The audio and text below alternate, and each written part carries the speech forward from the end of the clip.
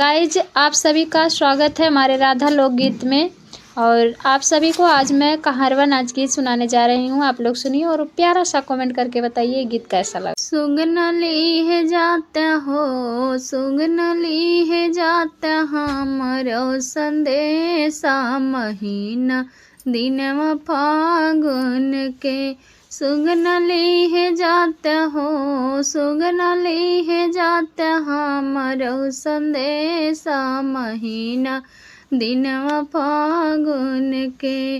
जाई कहाऊ हमरे बारे ससुर से, ससुर जल्दी से हो, ससुर जल्दी से धार शुभ दिनवा, महीना दिनवा फागुन के। ससुर जल्दी से हो, ससुर जल्दी से धरत्या शुभ दिनवा, महीना दिनवा फागुन के। सुगना ली है जाता हो, सुगना ली है जाता हमरो संदेशा, महीना दिनवा फागुन के। जाई कहाऊ हमरे प्यारे नी जेठ से, जेठऊ जल्दी से हो, जेठऊ जल्दी से धारा शुभ दिनवा, महीना दिनवा फागुन के। जेठऊ जल्दी से धारा शुभ दिनवा, महीना दिनवा फागुन के। सुगना ली है जाता हो, सुगना ली है जाता हमरो संदेशा, महीना दिनवा फागुन के।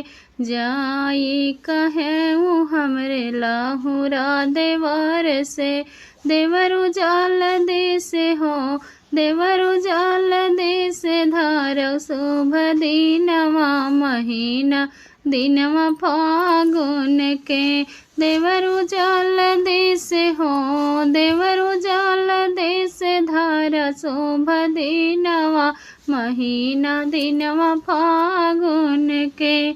सुगना ले है जाता हो, सुगना ले है जाता हमरो संदेशवा, महीना दिनवा फागुन के।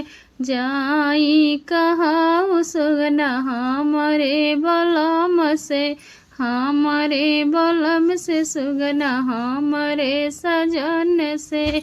बलमली है जाता हो, बलमलाई जाता डोलिया कहारवा, महीना दिनवा फागुन के।